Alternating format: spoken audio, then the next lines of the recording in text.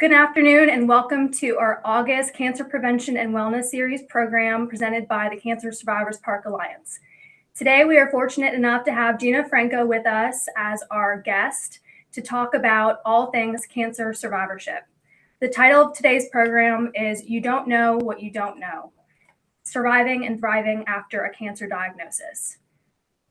Gina is the director of our Cancer Prevention and Wellness department here in our Center for Integrative Oncology and Survivorship. She's been a nurse practitioner since 1981 and has received a master's in case management from the University of Alabama. She works as a nurse practitioner as well as director of our Center for Integrative Oncology and Survivorship here at Prisma Health. Thank you, Gina, for being with us today. You're welcome. We are going to do an interview format today, Q&A style. We're going to start with, what is cancer survivorship and when does it begin? So cancer survivorship begins the day you're diagnosed with cancer, and not everybody knows that. They think that it's when they end their treatment, but it really is at the beginning of treatment because it really is a journey. And it includes the physical, emotional, social, and financial well-being throughout and beyond the treatment. So we really want to focus on the whole person, not just the treatment they receive. Not everybody likes the term survivor. You don't have to like it. You can use another term. It just depends on what's appealing to you to help you describe the journey you're going through. Yes, absolutely. So treatment is individualized. Is it interesting to work with survivors and to understand their unique side effects and their unique journeys through the cancer journey as well as after? Yes. And one of the things that I've often said to staff is that you have to meet people where they're at. And when we do a survivorship visit, we never quite know what we're going to talk about with that patient because we don't know what their life is like. A lot of times we don't know these patients. We don't know what a day in the life is, what they're struggling with. They might have just been a couple that decided to get back together because that person has cancer. They might have a family member, a teenager that is on the verge of not passing in high school. So it's not always about the cancer. They may not have understood anything that the oncologist just told them the other day, and they just want to talk about what is it that they have. So that's why it's often good to really take the temperature of the patient and the family in that room before you start talking about what you think your agenda should be. Yes. So the next question would be, why do I still feel tired or not myself after treatment is over? So the number one physical complaint is fatigue. And it happens over time, and it's multifactorial. It doesn't just happen for one reason, and it could be different reasons for different people. If you've had aggressive chemotherapy, your hemoglobin might have trended down, and you might have lost a few grams of hemoglobin, and it's going to take some time to recover. You might have stopped moving as much. You might have gained some weight. You might have lost some weight. You might not be sleeping well. You might have hot flashes. But over time, it seems that people move a little less during treatment and they lose the physical strength unless we have these special athletes that really can stay in shape during that time. Most people are not in the physical shape that they started when they end their treatment. Yeah. So what long-term or late effects should be expected from cancer treatment? It really varies. So it varies on the treatment. It varies on the actual drugs, the person, the age of when they received it, what prior risk factors that patient had. If they had, a poor heart, or if they had difficulty with lung disease to begin with. So it really depends on the specific drugs and the specific patient. And then, of course, it's age related too. As we get older, we have a little bit more toxicities. But most of them include heart or lung issues, nerve damage, bone loss, hormone changes, fertility problems. And then there's also the risk of secondary cancers.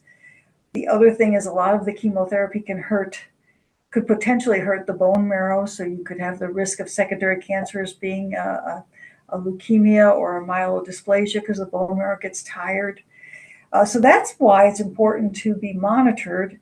And that is why we have, and many centers have, a survivorship clinic, because it's like any other specialty.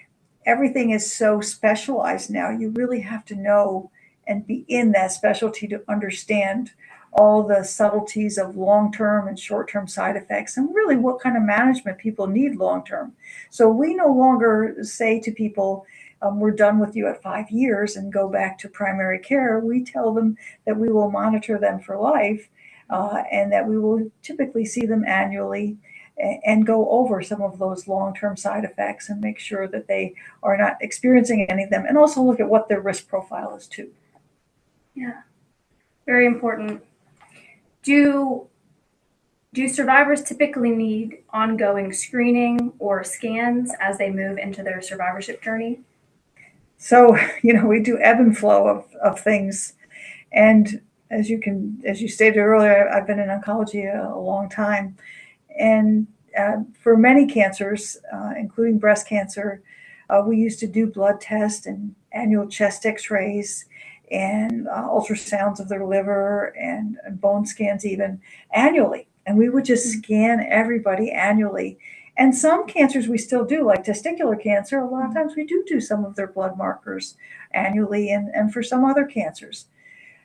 But it has changed because we have more cancer survivorship. We have more of a scientific analysis of what really should people be doing, and what really were things that didn't really help us with their survivorship. So most of the time now, we do not do ongoing scans just to say someone is doing okay, except for a few cancers where we do some blood marker test. Now, when I say ebb and flow, the reason I say that is because there's some newer technology as we look at the DNA footprint of individual cancers, and we're there in some of the cancers, but not all cancers. We have the ability to look at a genetic footprint of this cancer and take that actual person's cancer, and so the caveat there is you have to have that cancer available. So if their cancer is 20 years ago, we may not have the slides from that cancer. I think they have to be 6 or 7 years. They can't be older than that. It might be 10 years, but there's a certain window that it can only be. Well, once you get that genetic footprint of the cancer, then you could do an annual blood test that looks and screens for that exact footprint. Wow. And the sensitivity is pretty high.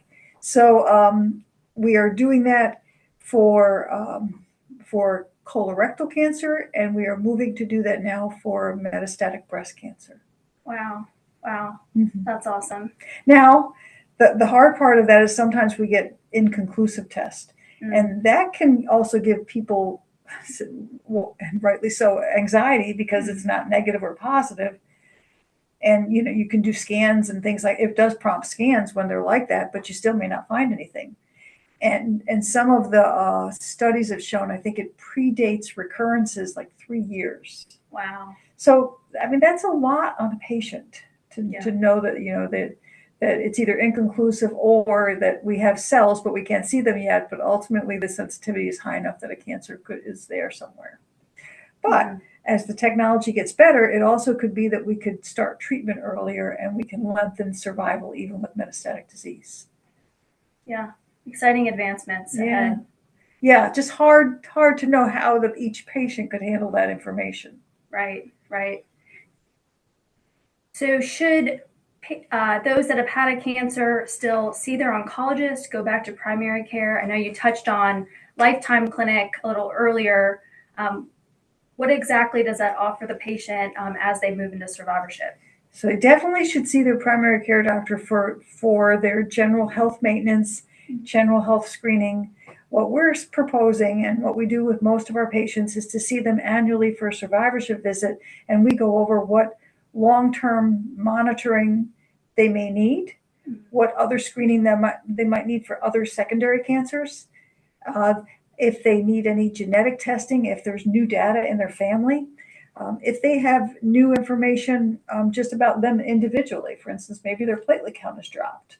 So then we might want to look at that a few more times because they might have had an alkylating agent in their chemo. So it really is one where we are moving to monitoring patients in the cancer center to look for long-term toxicities as well as secondary malignancies. And so when we talk about secondary malignancies, that means a second independent cancer. Now, that's scary because 1 out of 5 people that have a cancer will have another cancer in their lifetime, independent of the genes that they inherit from their family. So only 5 to 10% of cancers we inherit defective genes from our parents or grandparents. Yeah. 90% is what we call sporadic cancer. So that means that we need to be looking at lifestyles and habits, not just at screening and educating patients at that survivorship visit on what they're doing. Yeah, absolutely. And we do have guidance from the American Institute of Cancer Research, AICR, which does give a good 10 overarching recommendations for cancer prevention as one goes forward into their survivorship journey. Those include plant-based diet, making sure that 2/3 of the plate is plants, whole grains, vegetables, fruits, as well as legumes, lentils, beans, and then also touching on things like limiting sugar-sweetened beverages, making sure that physical activity is continuously a priority. 150 minutes a week of physical activity is recommended, with resistance training being at least twice a week. So there is still guidance that is very important to have communicated to survivors as they move into that journey. And that's all touched in that lifetime clinic visit. Unmistakably, you said it really, really well. And a lot of people don't know information. They don't know. There's so much out there that is just misinformation. For instance, they don't know that alcohol is a level 1 carcinogen. Yeah. They don't understand that processed meats are a level 1 carcinogen. And so what we're proposing to people is that we're not asking them to be a vegan if they can't be a vegan, but we're asking them to be aware of the things that could cause a cancer recurrence or cause another cancer. And so maybe you don't eat bacon every day. Maybe you could just use it on the weekend. Maybe. And then the other one for the alcohol is it is only 1 drink per 24 hours for a female and 2 drinks for a male. That doesn't mean that you drink your 3 or 4 drinks on Saturday night, because it really is, the saturation should only be that 1 ounce per 24 hours for the female. So it's explaining what risk exposure is. And a lot of people just don't understand it. Right. So, I mean, we all know about smoking, and we all know about, getting sunburnt and things like that. But I don't think that people understand the diet and the alcohol piece as well, or the physical activity. And speaking of physical activity, what's really, really exciting is we had a large study just come out that did demonstrate that physical activity at the level that you said, I think it was 150 minutes, that included some strengthening twice a week, decreased the rate of colorectal recurrence, the equivalent of them taking adjuvant chemotherapy. Wow. So that it just proved right there that physical exercise is so important in their lifestyle. Right. And lifestyle medicine is something that's prioritized here in the Center for Integrative Oncology and Survivorship. The nurse practitioners that survivors meet with are able to get guidance from the American College of Lifestyle Medicine on each of these recommendations.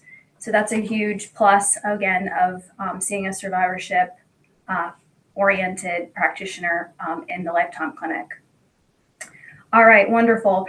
So the next question is, how will my medications or supplements interact with those that I have taken during cancer treatment? So we're specifically talking about those patients that are on anti-cancer treatment. Now, I will also start with that in the Academy of Lifestyle Medicine, they really are not proponents of supplements, except for maybe some vitamin D3, because they really want you to eat the food that has the supplements in them. So I just want to start with that point to begin with. But the other thing is antioxidants in general. So that could be vitamin C, some of the Bs. I can't remember all the antioxidants, but there's a few of them. And so a lot of people want to take something during their chemo that is they feel beneficial because maybe they're not eating a regular diet. But the thought is that if you're taking chemotherapy and even some of the immune therapy and you're trying to kill those cancer cells, you don't really want repair mechanisms to be hyper vigilant at that point, because you're trying to kill those cells. Right. So, I mean, you're killing some body cells too, but it really is, we don't really recommend antioxidants or too much in the way of supplements during treatment. After treatment, again, we would rather have you eat food, whole foods. We'd rather have you eat less processed food, no ultra processed food if you can. But we do recommend usually vitamin D3 to most people because they seem to be deficient in that. You can get enough calcium in your diet. So we aren't really big on supplements. We're more on whole foods. Yeah, absolutely. And Dr. Jagir has that famous quote of "Let your refrigerator be your medicine cabinet," and that's a big one because a lot of or most of the vitamins and minerals taken by supplement are to be given through the diet. All right, next question is about how do I manage sexual health, intimacy, or body image after cancer? It's such a huge topic, particularly we address the women's issue, understanding there are men's issues as well. But most of the men's issues have more coverage with either primary care or their urologist. The women's issues are a bit more prevalent because a lot of times we induce menopause. We might be removing their ovaries, causing menopause. We might be doing things where they have a lot more symptoms systemically in their whole body. So that being said, we did notice, and we by no means are trying to be a gynecologist office here, but we did notice that the women needed more information. Yeah. And we noticed that there was a lot of products out there. And again, there's a lot of misinformation out there. There's a lot of claims of things that are in terms of even vaginal lubricants and vaginal moisturizers, and they're not true. So it was really kind of the no spin zone of trying to make sure women understood what products are helpful and what are not helpful. And the statistics are pretty significant for women having sexual issues. 80% of women have vaginal pain after completing radiation therapy, and that's pelvic radiation, not breast radiation. 50% of patients report a lack of lubrication. I think that's actually an underreport. 30% of patients report frequent or consistent symptoms, including vaginal dryness and inflammation. And so penile penetration can be very, very painful, but there's things we can do to help that. We do have now, just most recently, we had a national recommendation that we can use vaginal estrogen in breast cancer survivors that we didn't always have, and the safety of it. And again, that's vaginal estrogen. That's not systemic estrogen. And it also can decrease urinary tract infections. It can decrease urinary incontinence. We also use pelvic floor therapy to help with both of those things, both of those issues as well. So we're very happy that our national guidelines have been updated, and that we can talk to women. Now, that doesn't mean if someone is going to lose sleep because they're on some estrogen, there are other things other than estrogen that we can try. So we're not trying to push that. We're just saying that there's now several thousand women that have been studied, and we can say the safety of vaginal estrogen has been demonstrated. And why can we say that? Because you're putting the vaginal estrogen on the vaginal tissue where those estrogen receptors are, and that's just such a small amount that you're putting on that the amount that there's really not any estrogen that's leaking out into the body. Right. And that can be huge for repairing relationships, restoring relationships, sustaining relationships through the cancer survivorship journey. As we know, cancer survivorship is not just about the survivor, it's about everyone affected around the survivor, including family members, partners, spouses, children. And we're learning more about how sexual health can be actually benefited through some of these evidence-based practices. And we have our sexual health evaluation clinic here in the Center for Integrative Oncology and Survivorship to really help lead survivors with evidence-based practice. And I would say intimacy is one of those things that's very individualized, but it really, we need to keep it there and between that couple and realize that it's going to change when you go through a treatment, but it doesn't have to disappear. So it's helping people understand even the products, because there's a vast difference between moisturizers and lubricants, even to the point where you could be using something that's drying a vaginal mucosa out, and you don't even know that you're doing that. Yeah. So we now know we have these terms called osmolality and pH, but we're really trying to match the environment of the vagina. And there are products out there that really don't do that. Right. So it's educating the female about that. There are sexual support devices that are much more supportive for the women too. And then there's some neat things that are kind of we belong to some national organizations that there are things that we're doing that are newer developments that we can use as well. Awesome. Very important topic, and continues to be something that we are always learning more about. And I want to say also, you can still have a sexual health visit and be single. Because sexuality is not just always in a couple. We shouldn't make presumptions of age. We shouldn't stop because someone's 80. We shouldn't stop because they're single and not make that referral. Because there's different things that we can help someone with, even if they're not in a couple as well. Yes. Yeah. Like I said, very, very important, and continues to be something that we are making less taboo as time goes on. Next question, is it normal to feel anxious, fearful, or sad after a cancer? Absolutely. And really each person's different, and it just depends on what's going on at the time. And we have support groups, we have counselors, we have therapists, but each person's a little different. Some people will do okay in a support group, some people do not.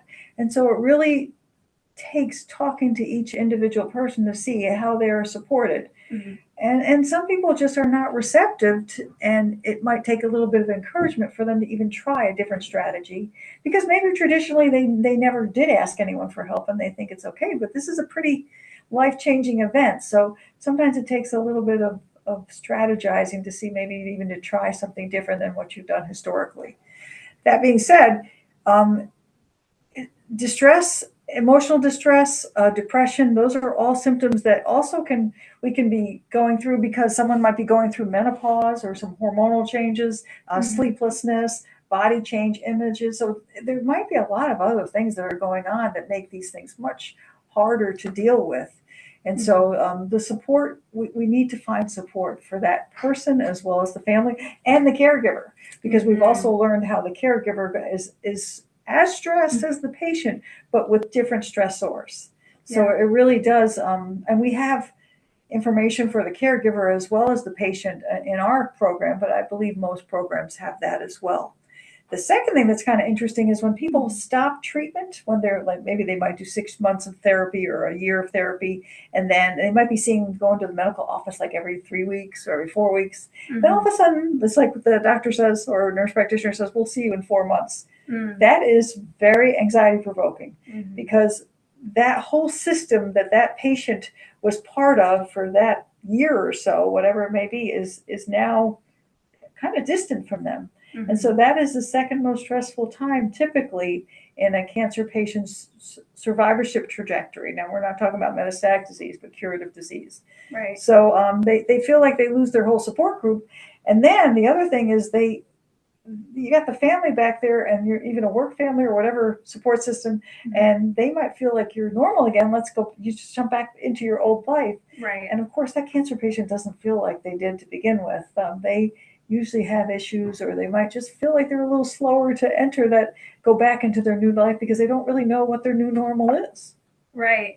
Right. And so there are support groups. Our cancer support community is here at Prisma Health Cancer Institute. And I know also there at the Cancer Survivorship Park to help with supporting survivors, caregivers, family members, anyone touched by a cancer in any way is considered to be a survivor. So definitely having those groups available is benefiting a lot of survivors, both virtually and in person.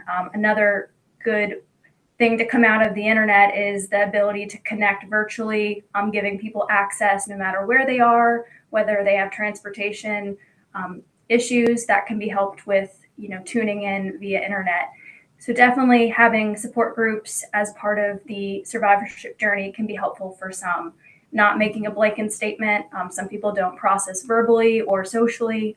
Definitely a good option to help people have those that actually have been through the journey themselves to be in proximity with them as they enter their own journey.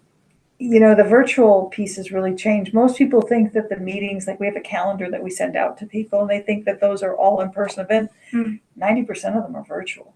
Right. And most of the time, people are participating on their phone. Yeah. So, and there's some, because it's a system and there has to be some privacy, particularly if you're in a support group. You can't go saying, I saw such and such on that group. So you do have to sign some forms before you go onto the group to say that you're going to respect everybody's privacy. But we walk you through those pieces. And we have learned post-COVID that most people are pretty, their ability to go on virtual meetings is much better. And they're much more apt to do it. And then the other thing is Greenville is growing so much that most people don't want to drive 40 minutes to go an hour meeting after work or after whatever, and then have to drive back. So that the virtual piece is just easier to attend. And then we try to tell people to even just try a few meetings before they make a decision about that isn't for me. And try a few different meetings. Yeah, absolutely. Finding what works best for you as an individual is definitely important, given the numerous offerings that are out there. We're going to talk next about what are the resources to help with diet, exercise, lifestyle changes after cancer. So we definitely want to support that person afterwards. And we have, in most systems, our system specifically, we do have dietitians. We have an oncology rehab program, which is a 12-week exercise program. But again, we also know where the Live Strong programs are in all of the YMCAs in our area. And there's some senior action programs that are really good. There's some private gyms that are very good. Yeah. The biggest piece of this is that you have to talk to each person, find where they're at, and then develop a plan. And really to kind of develop a concrete plan. And the concrete plan may be a simple one, like I'm going to buy sneakers, in the next 2 weeks. But helping them create a plan, because sometimes it's the start button that's off. And then you get people to start it, and then they can do the next step, and then the next step. Yeah. And they may not feel like exercising, so it may be that they just go walk on a treadmill for 5 minutes 3 times a week. It may be that's all they can do that first time or that first month. But it's working with each person to understand where they're at. It might be that they should get a personal trainer to help them, or go to physical therapy because they can't even they can't even get out of a chair without pushing on the arms. Yeah. So you also have to assess what their condition is. If they're walking with a cane now because they can't feel their feet, they might be more of a candidate for physical therapy. Right. Very individualized decision, and also trying to, again, find what works best for starting the engagement with physical activity or diet. Having oncology knowledgeable dietitians is certainly a help in order to better understand how to fuel that person in the best way for their situation. Yeah, I didn't really talk about the fuel, but we did a little bit earlier, but the fuel is big. It's really a big, big topic because it really, a lot of people just, they get into habits, and then they minimize maybe well, let's start over. The average weight gain in a breast cancer patient is 20, 25, 30 pounds. Right. So they gain weight during therapy. Most patients don't lose weight during therapy unless they are a head and neck cancer or a GI-related cancer. Most people are gaining weight. So that being said, you really do need to take an inventory of what they're doing every day. And so I'm amazed when I start to talk to people about the whites, whether it's the white sugar or the white flour, any of the ultra-processed food. I mean, I've had people that, just drink sweet tea all the time, and it's just trying to help them understand that the sugars, it doesn't cause cancer, but it does pave the way for inflammation. Yeah. It paves the way for not feeling well, and even getting fiber in your diet, getting enough fiber if you can tolerate that, so that you can level out your blood sugar and so that your food stays in your gut for a longer period of time. There's so many things we can talk to you about nutrition. And unfortunately, you are not going to see any of that on TV. You're not going to see too much of that on any billboards. So it really does take some explanations and then a path of how to change, because the standard American diet is sad, no pun intended. We are highly dependent on fast food. We are highly dependent on processed food. And in order to change, it really does require some work with a dietitian for the most part to be successful. I'm not saying you can't do that on your own, or do some type of exploration online if that's what you want to do. Forks Over Knives is a wonderful program that even has a magazine. Watch some movies. There are great movies on all of this, but find a way to be inspired to change, because most of our diets could use some tuning up. Yes, absolutely. There's guidelines for all of this that does specify 24 grams of sugar for women is the daily limit, 36 grams for men. And how much is in a bottle of soda? Near upwards of 30, I fear. So all you need is one serving of soda, and you just drank all the sugar you had for the day. Right. And like you were saying, it doesn't cause cancer. We don't have that linkage, but we do know that it increases inflammation throughout the body, and that inflammation is really a driver of cancer growth. If there were to be a cancer to develop, it would be in an inflammatory environment. So certainly working with dietitian, reading about this, there's so many good books. You mentioned 2 great ones there that can be really good starting places for getting inspired. Working with dietitians, there's a few in the community that we have good, strong recommendations for, and including here at the Center for Integrative Oncology and Survivorship, oncology certified dietitians. So definitely a good starting place there. Next question is about how cancer affects bone health, heart health, or menopause. Well, again, I'm very treatment dependent, so there's a huge variation. So I'm just going to talk in generalities. Yeah. So for the most part, we harm the bone by depleting it of minerals, and we advance. And a lot of times we will screen people because if they lost their adult height, so we might ask them what their maximum adult height is.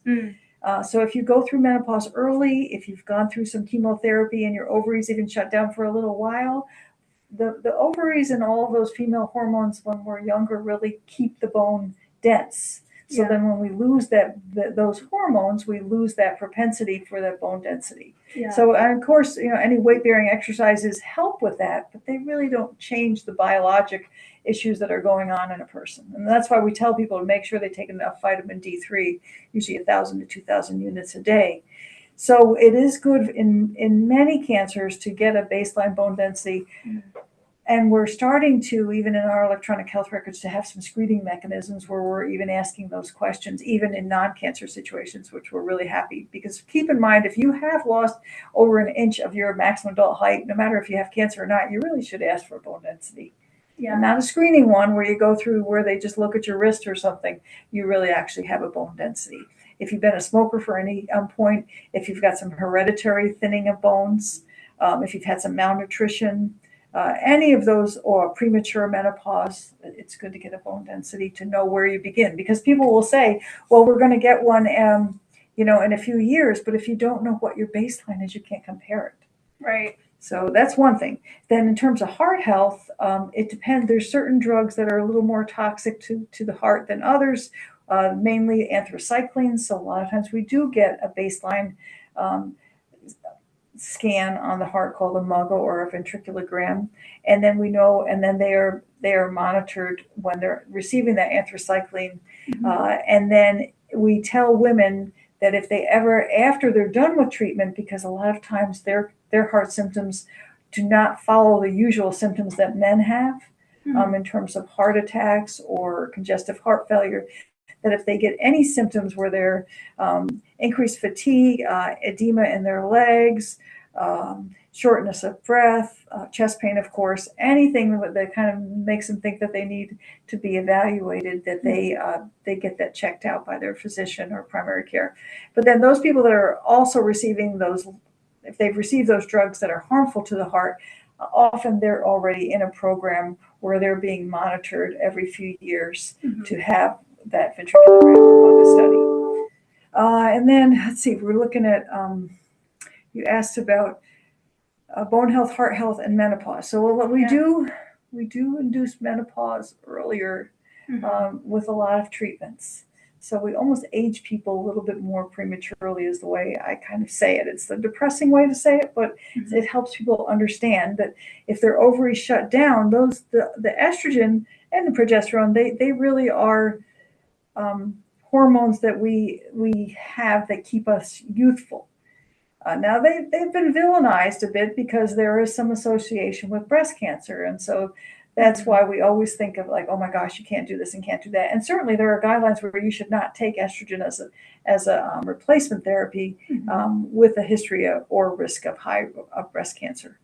But whenever we take the estrogen away, that patient ages differently.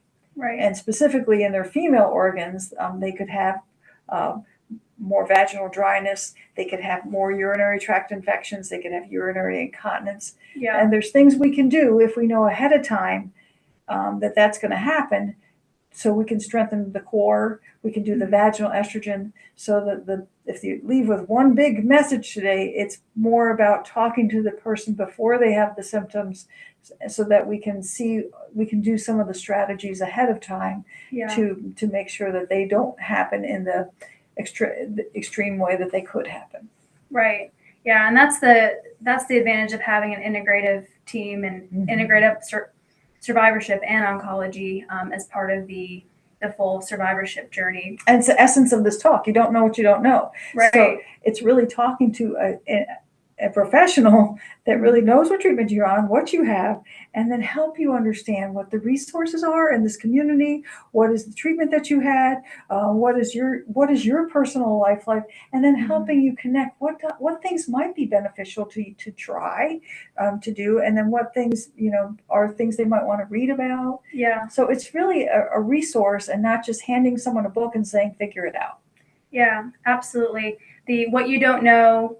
You don't know what you don't know is definitely a very good topic for all of this because we have providers that are actually knowledgeable about each symptom, side effect, and are willing to meet each individual where they are before they even know to ask for help. So that's definitely something that we say all the time around here. And doing better on treatment because you have an integrative team. There's a lot of evidence, a lot of examples that we have from our clinics and in integrative oncology that show that these patients do better on treatment. They do better in preventing recurrence. And so those are advantages to having clinics like this present for the survivors. And I tell people, number one, you can bring someone in with you. Yeah. Because it's hard for you to absorb everything that we're saying. That's a lot of information, whether it's our appointment or any really appointment where you're getting a lot of information. Yeah. Write things down. Ask if you can record the conversation. Most of us are not opposed to any of that because it's going to help that person remember more information. Yes. And so if we only absorb about 5 to 10% of what we hear in these situations, 90% of that really got lost somewhere. Yes. So use other avenues to help you understand and remember and retain that information. Yes. And if you don't understand what someone's saying, ask them to rephrase it. Right. Sometimes doctors talk and they think we understand things, and if you don't say you don't understand, they're just going to keep going. Right. Yes, being an advocate for your own learning throughout the survivorship journey is certainly something that is encouraged. So we're going to talk a little bit about genetic counseling. So what is the need for genetic counseling or testing for myself or my family members? So we said the statistic earlier, only 5 to 10% of cancers are from genetic defects that we inherit from our parents or grandparents. Now I'm going to put a little spin on that, and I'm also going to say that all cancers are genetic events.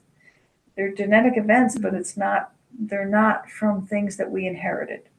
They're things that and the way we're living and what we're exposed to. So that being said, you need to know what your family history is. Not everybody knows their family history. We have blended families. We have pauses, and we have family members that go off and you never see them again. I mean, that's just the real world. So it used to be that genetic testing was several $1,000s. It's not anymore. So you can come to our department and you can be self-referred. And so even if you are adopted and you want to be tested, you can pay for that. And the deductible is, if you have insurance, is usually not too high. It's affordable at this point. There is, I think 23andMe is not even out there anymore, right? It did go bankrupt. Yeah, I don't think it's. But there might be others like it. So I would not support. And again, I will don't if something is out there and you're not going through a licensed genetic counselor, please don't do it, because they are not using they're not, because they're not licensed individuals. They're not using evidence-based standards to make sure that they're screening you appropriately and doing a comprehensive test. Like our panels right now are 70-something genes that we're looking at for most patients. Right. So we want to do testing for those that are interested and just want to know, even if you don't have a family history.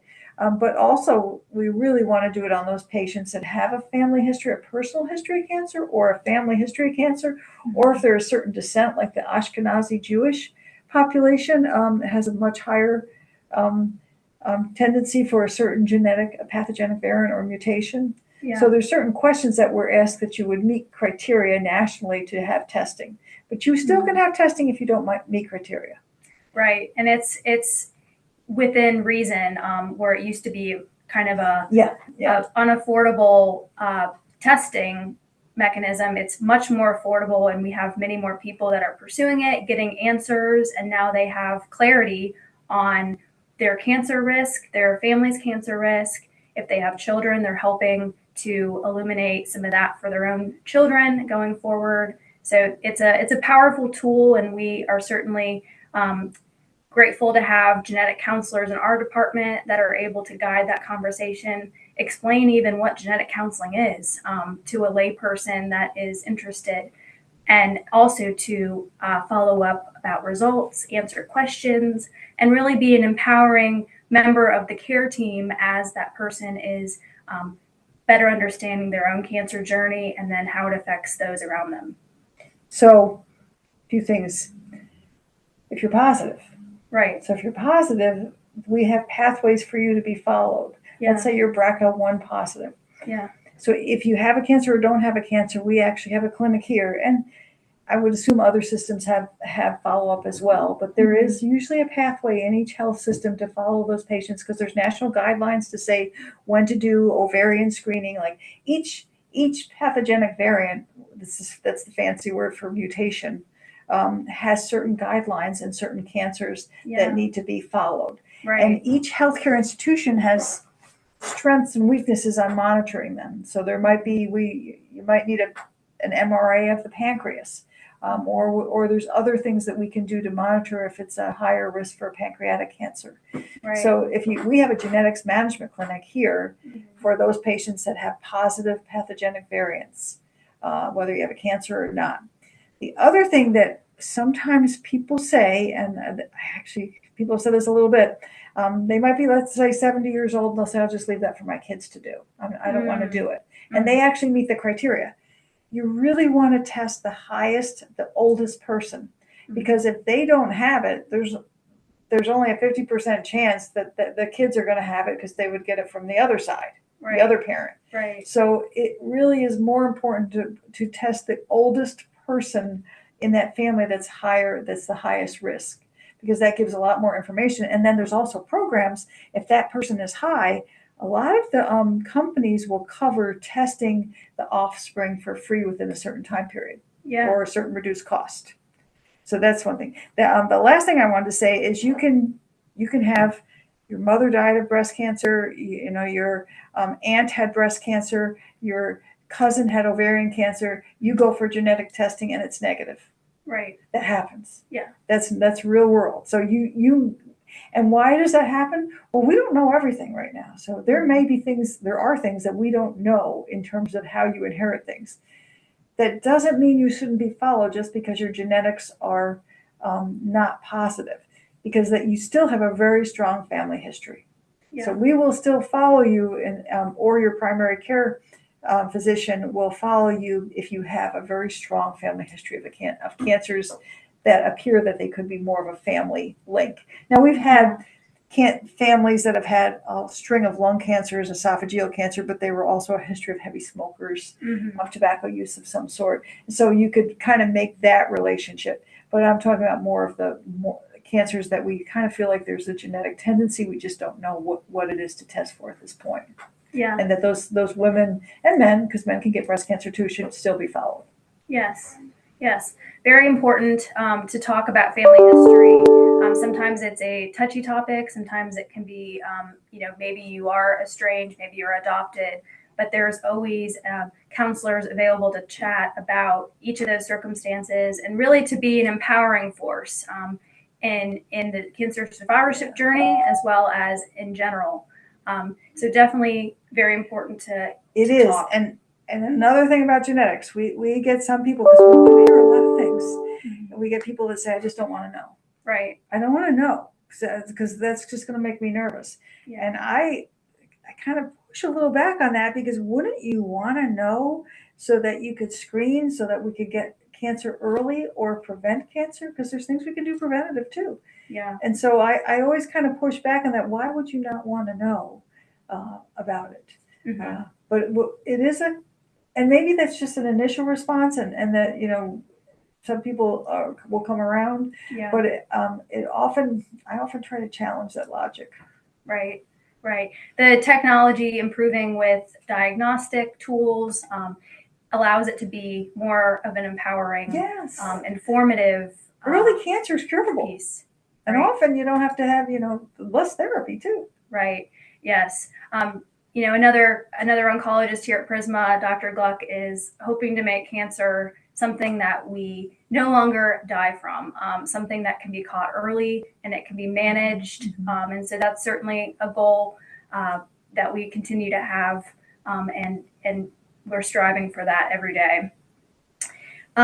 Next question will be about survivorship resources. What are the available resources in my area, and how do I learn about them?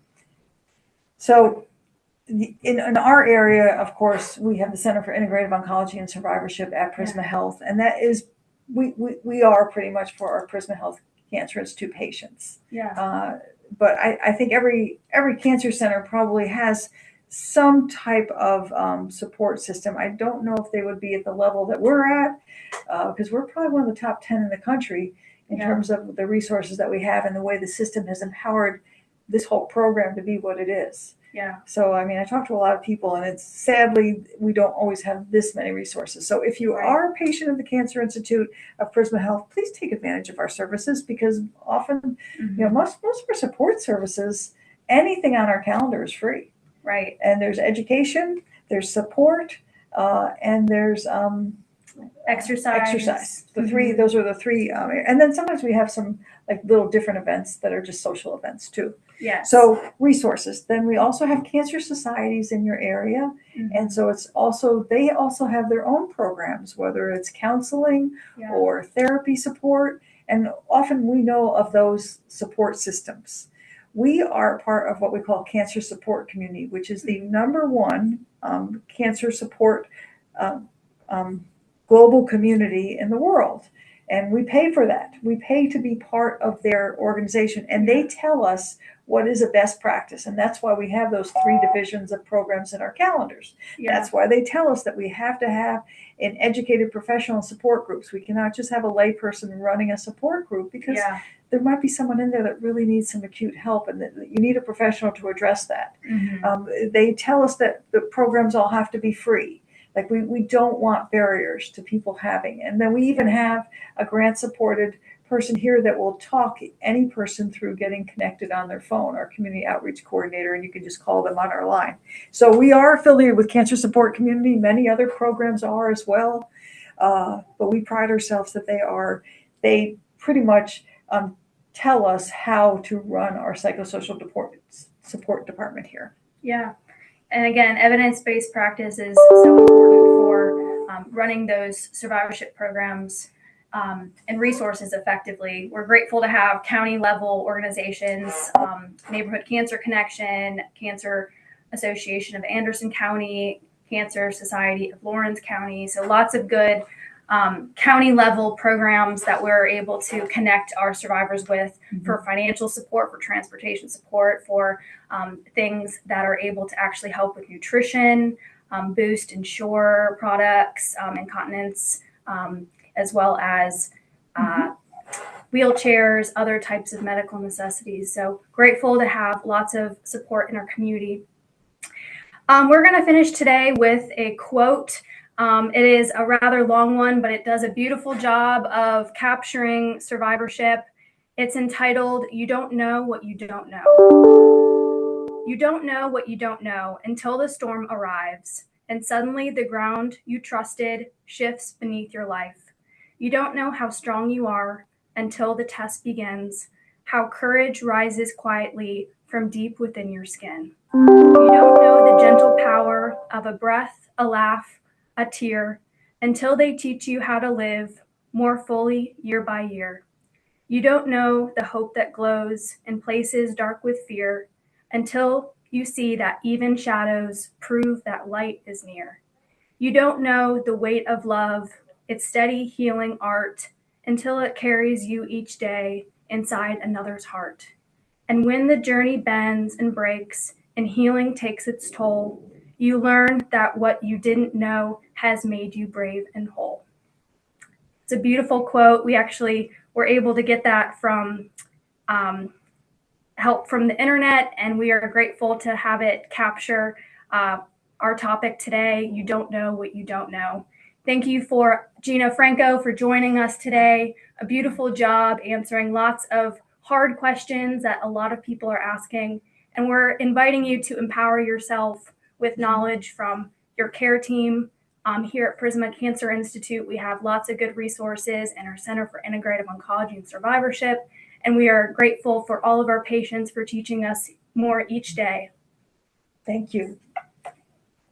We'll see you next time for our September